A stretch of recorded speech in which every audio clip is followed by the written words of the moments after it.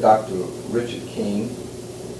Dr. King, would you tell us a little bit about yourself, some background on your area of study and your education?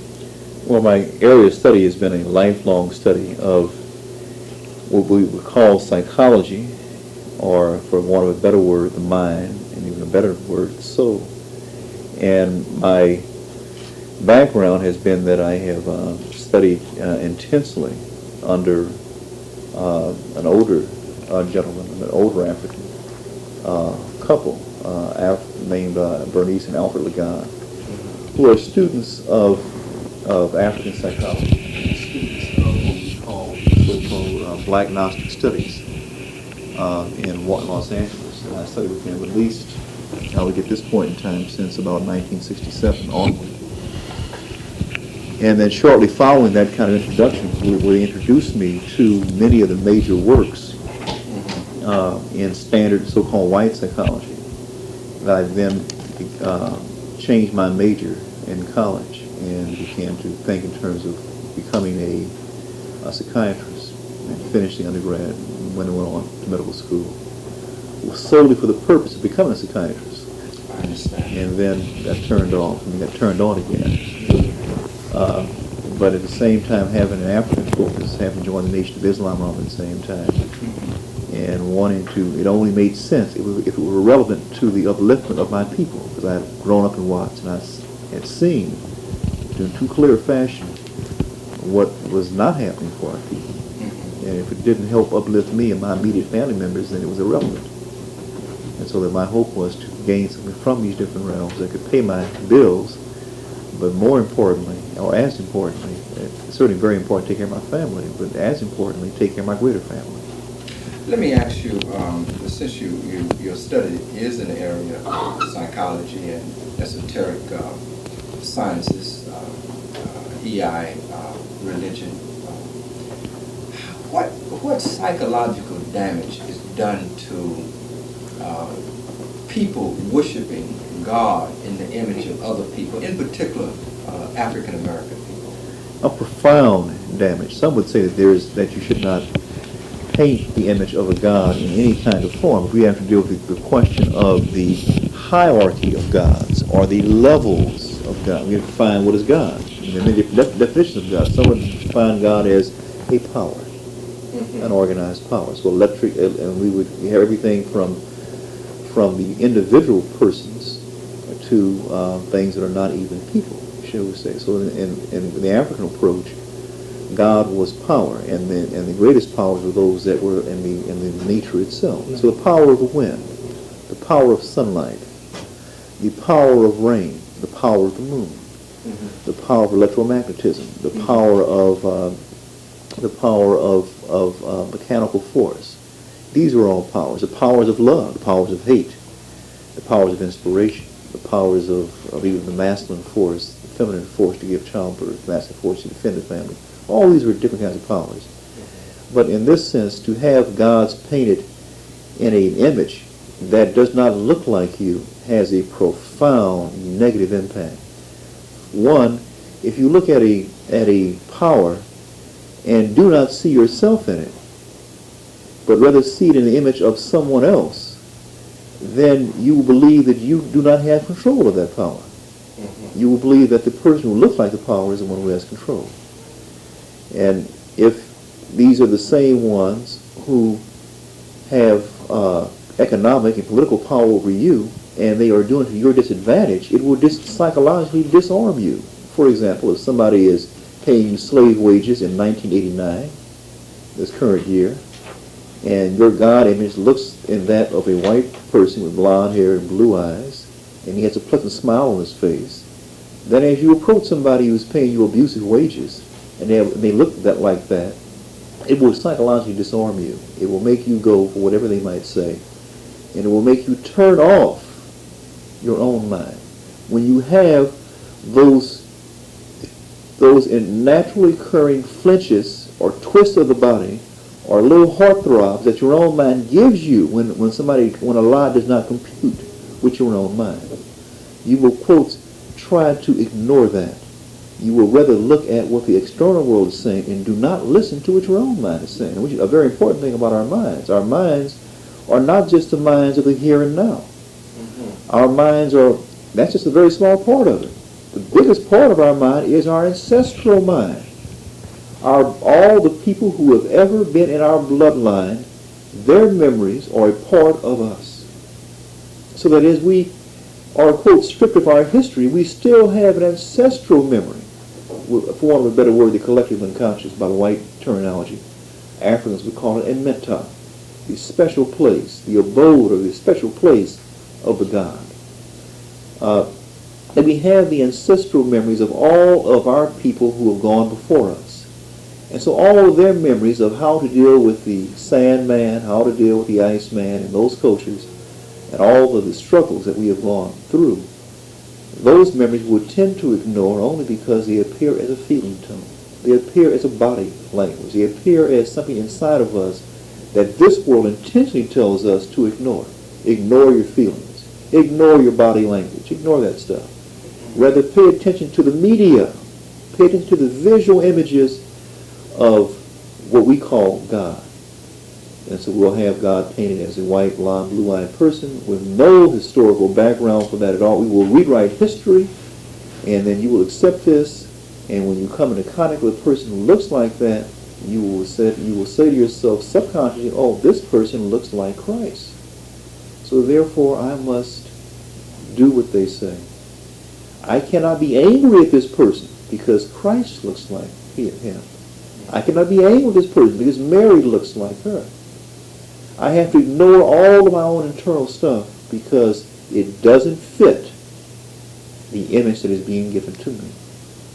And so we have the artificial created history, and that's because there's some things that we can't really document. We just have to leave it up for grabs. But there are all too many things we can clearly point to with certainty historically.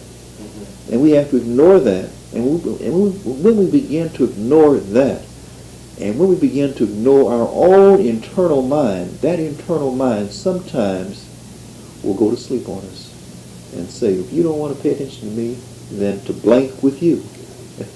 On other occasions, it will not do that. It will literally yell and scream at you. Your gut will turn inside out.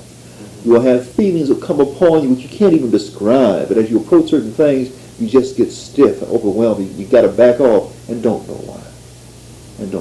So and it could be for a host of inner reasons, but all too often, it is the ancestors who do know the truth and are trying to get you to face up to it and to throw off these lies. So that's one issue. So one is that in the immediate sense, there's an intentional painting of things in the form of gods that look like the person who is writing the book, because they're trying to maintain political power. It's meaning that for political people, the people who usually experience these things are not usually in political control. Usually somebody who has some money or some economics will then corral things together for some political design and then run it out. But one other point is key on the issue of imagery is that for us to regain power, we have to understand these psychological issues. And it is nothing wrong in putting out an idealized image that looks like you. For example, we had the pleasure, Brother Brown, of going to Kemet over a year ago. And in the tomb of Pharaoh Seti I, the father of Ramses II, there came a time in which we saw an image of sun god Ra in the solar bark. Right. And it was a face on view of a black man's face. Yes. Of a black man's face with our beautiful curly hair. And it's full of nose and it's full of lips. And I remember the so-called, I don't want to use that name because it's a meaningless name, but the Egyptian man who was the person posted in the tomb told us, well, that's not what it was. He tried to cover it up. Or maybe he didn't even know, but he knew enough to cover that up. That's right. And so we pointed to that. So here was an image. If you had any doubts about who Ramses was, you saw his statue. That when you saw what image they painted, their god image of, the image of the sun gods, sun god Ra, sun god Re, then you knew that they did it for a reason. And by painting it in that image, it assisted in some way for their empowerment. So again, I think there's some forces that are above and beyond human forms, no doubt about it. And so it does not even get into a thing of a certain kind of color. But there are other things that's very important that we have to project the idealized image of perfection. We have to say, yes, we as black people can demand perfection from our black men and black women. It is within us. Absolutely. We have perfection within us. And we can give an image of what an idealized person should be or be about and be about striving. Now, on the other side, we should also be willing to admit that there are invisible forms who may take on a certain kind of presentation, who may come upon us in the image of our ancestors and may appear as a black person. And last but not least is the very important thing to realize that part of our condition today may be that we are not speaking to and giving homage and giving praise to our gods. And by not doing so, we're praising foreign gods.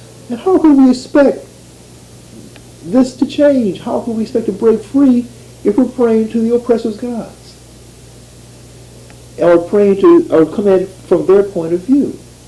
And then there's a greater God that knows no race or ethnicity. But there's some local deities, yes, if you will, that we're not even acknowledging. And so we're trapped in somebody else's, we're stuck on a train with somebody else's conductor. Absolutely. Dr. King, we have said that the first gods were all black.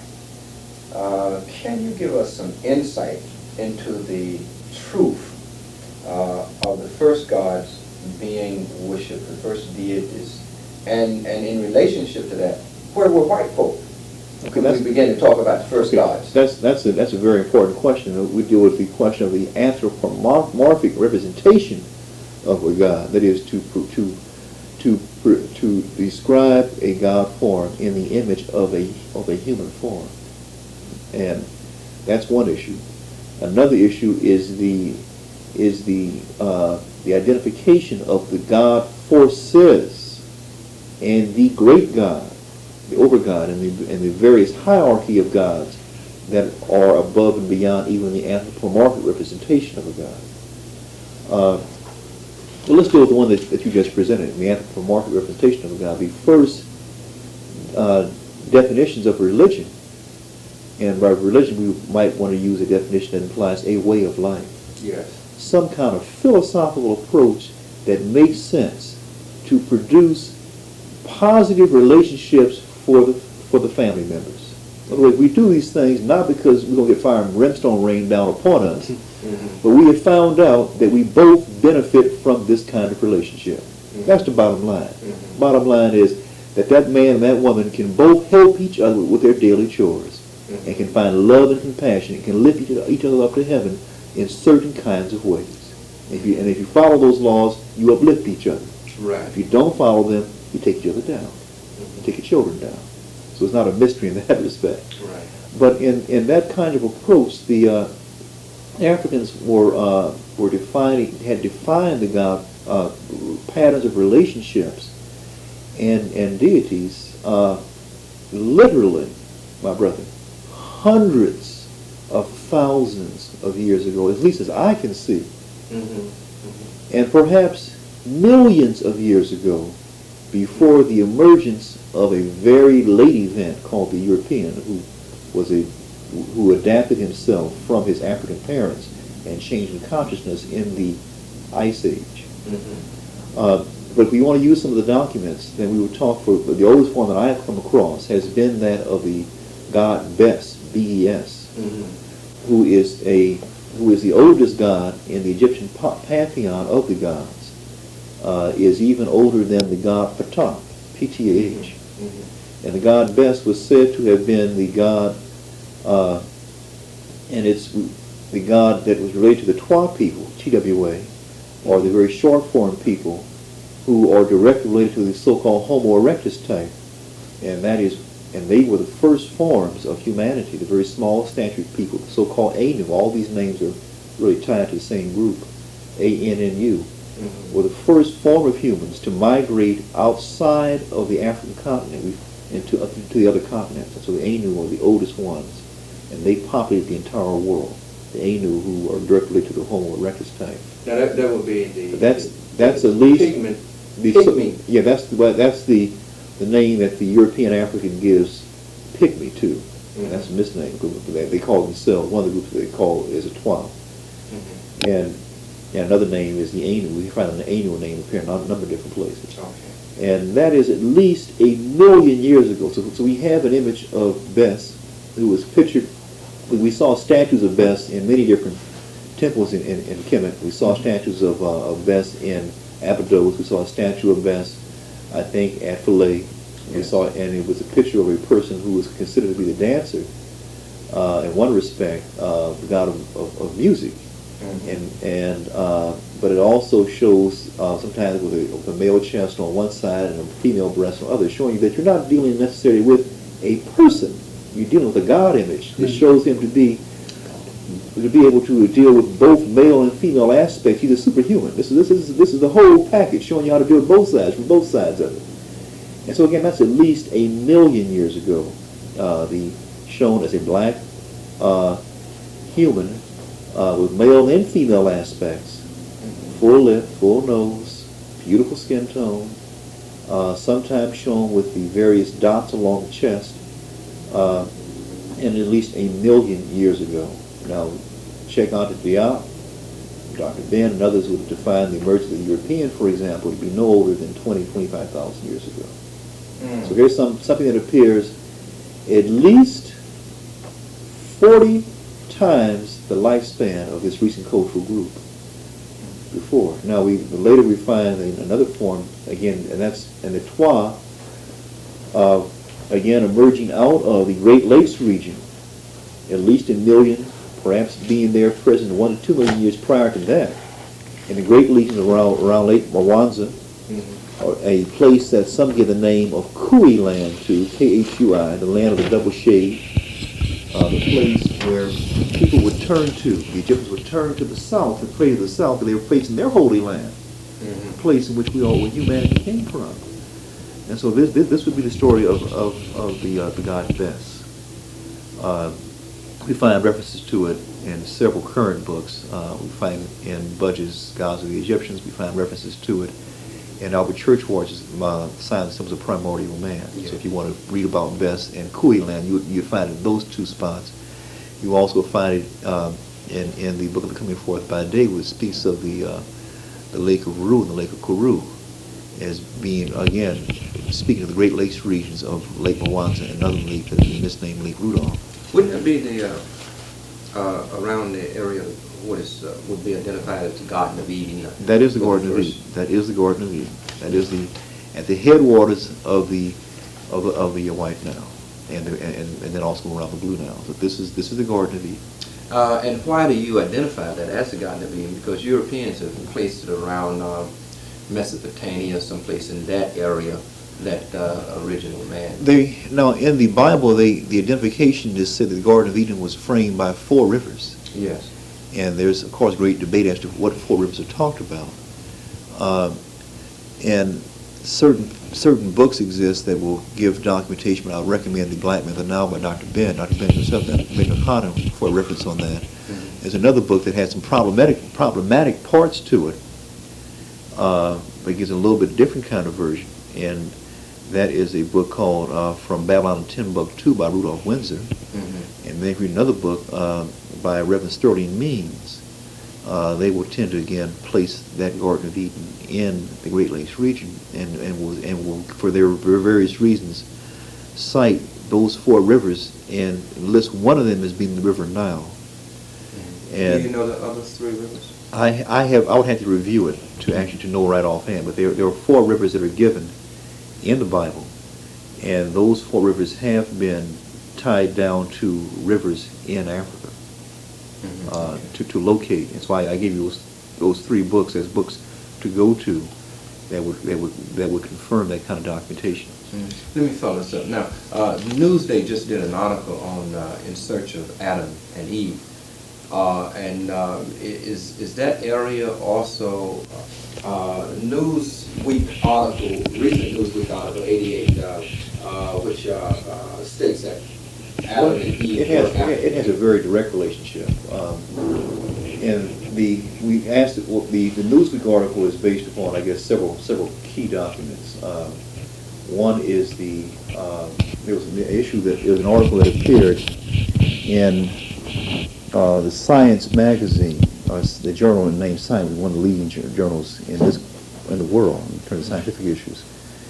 And it had to do with to review the world literature on using bone, so to speak, and also using new biological techniques having to do with genetic markers and immunological techniques. So it was using both techniques to try to define the origins of humanity.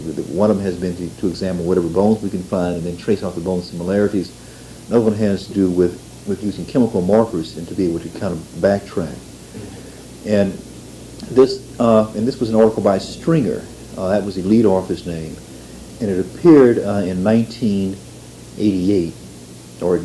You had some beginning articles appear in Science in letters to the editor, or certain sections all the way back in October and November of 1988, and then I think those articles came out in March of October, November of '87. Then in March of 1988, Stringer's article came out, and there were flurries. There was an article in Newsweek also that showed Adam and Eve and Jerry curl, for example. Right. Yeah. And so Newsday is a continuing theme on that, and that they're using this new technique of looking at a thing called DNA in the mitochondria. The mitochondria is a specialized part of the cell that is used to produce energy, for example, ATP. And there's DNA in that, and so that one can look at the DNA, and then you can kind of almost guess at roughly how long it took to have so many alterations over a period of time. How many generations it take before you have a naturally occurring alteration. So that DNA samples, wombs were taken from women around the world, and then the mitochondrial DNA was analyzed in the wombs from around the world to see if they could trace it back to a common origin. And indeed, it was traced back to a female, because again, you can only look at the female DNA in the mitochondria, because the male mitochondrial DNA in the spermatozoids containing the tail is not passed into the genetic material. It does exist on the outside of the ovum and fertilization. Very important story, science story, is where does the spermatozoa DNA go? That's a whole other story. But anyway, it is not lost. But in terms of this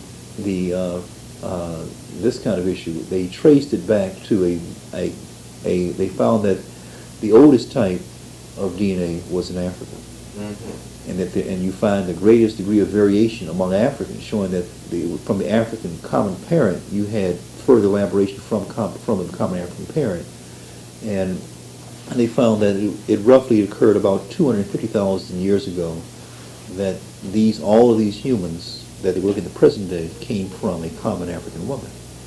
But they were fudging on the dates, because you can also, by using different criteria, also arrive at a date of 900,000 or 1 million, which would match the time at which Homo erectus, or the Ainu people, left Africa and they began to migrate around the world.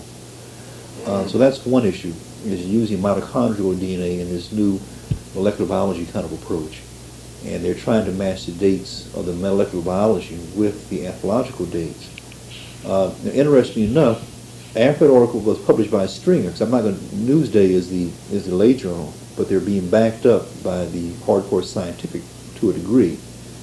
But there's a tremendous debate in the scientific white world about how much to put out, because then we had an article appear in Science several months later from a person at the University of Arizona who was just trying to knock all this apart and say this is just phony stuff, and this, and for these reasons he arbitrarily showed certain dates. Stringer, again a European, in London, for what reasons coming for I do not know, then put the Arizona arguments aside and said, look, we're looking at those issues that are key issues of determining future humanity.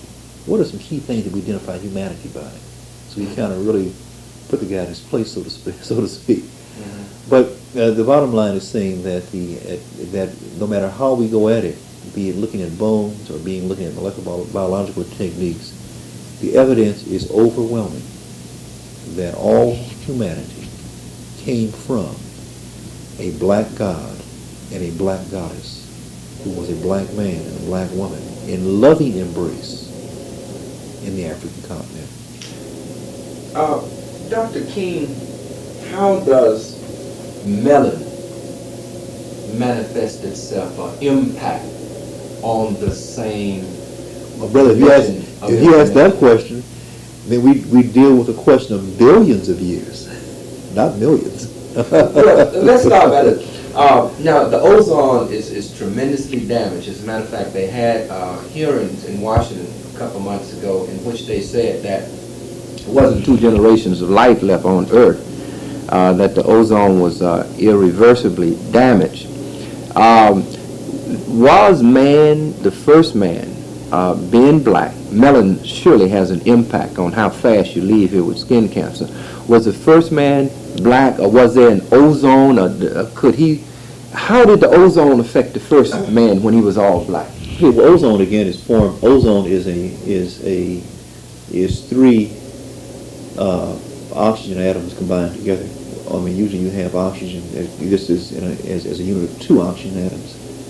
And in the upper atmosphere, as it is exposed to the very intense radiation from the sun, the ultraviolet light, it will sometimes it will hit that oxygen atom and split it into 2, and that 1 will combine with another batch of 2 and produce 3, the combination of 3, and that's the ozone. Now the ozone then serves further to screen out and to trap the ultraviolet light in the upper atmosphere and to allow a smaller amount to reach the lower atmosphere. So again, those on the surface of the planet are exposed to less sunlight. Now, as sunlight hits the skin, in the ultraviolet light, 98% of the light will be trapped in the upper level of the skin called the epidermis. Mm-hmm. Only about 2 to 5% will penetrate the upper level of the skin, the epidermis, down to the deeper level called the dermis.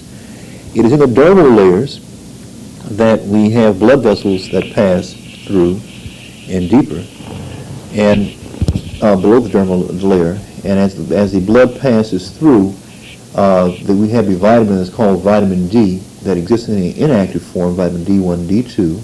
And as it is exposed to energized particles of light in the form of ultraviolet light, a very high moving form, then it is activated.